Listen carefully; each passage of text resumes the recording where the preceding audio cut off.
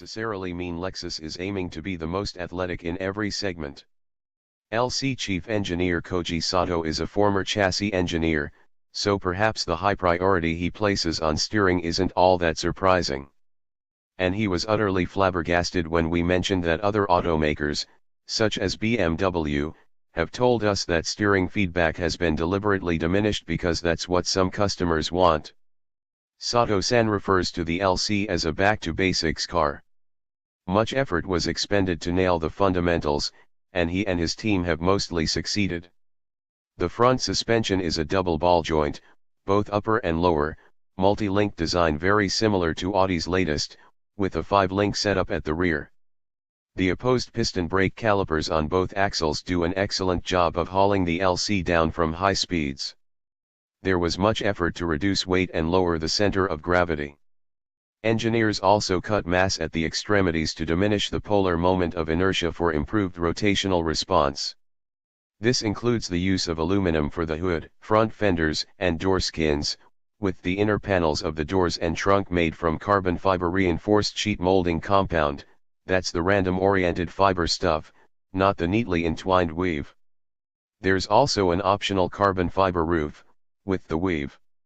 On the exterior, only the deep draw rear fenders are rendered in steel. Underneath, the front suspension is forged aluminum, and the front shock towers are cast aluminum. Still, the LC500 comes in at a rather heavy 4,300 pounds, according to Lexus, with the LC500h hybrid adding an additional 150. That roughly matches the slightly larger and less sophisticated V8, powered BMW 650i. And those pounds are also front-heavy, with a claimed 54/46% front-to-rear weight distribution for the V8 and 52/48 for the hybrid. View 107 photos. Nevertheless, the LC feels alive when pushed hard on the road. We've already mentioned the steering, and although its effort is on the light side at highway speeds, it imparts a natural confidence when hustling down wriggling roads. The suspension is tied down, there's little body roll, and the LC transitions athletically.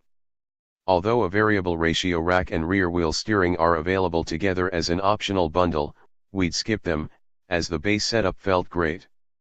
Another strike against the so-called active steering is the way the LC's rear end breaks loose at the limit, which feels unnatural.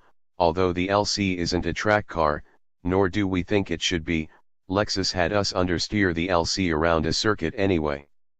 It wasn't that the LC was uncontrollable, but we suspect its variable steering hardware had something to do with its lack of Euroresponse communication as the rear end reaches its limits. We didn't get the chance to drive a car without it on track to verify that theory.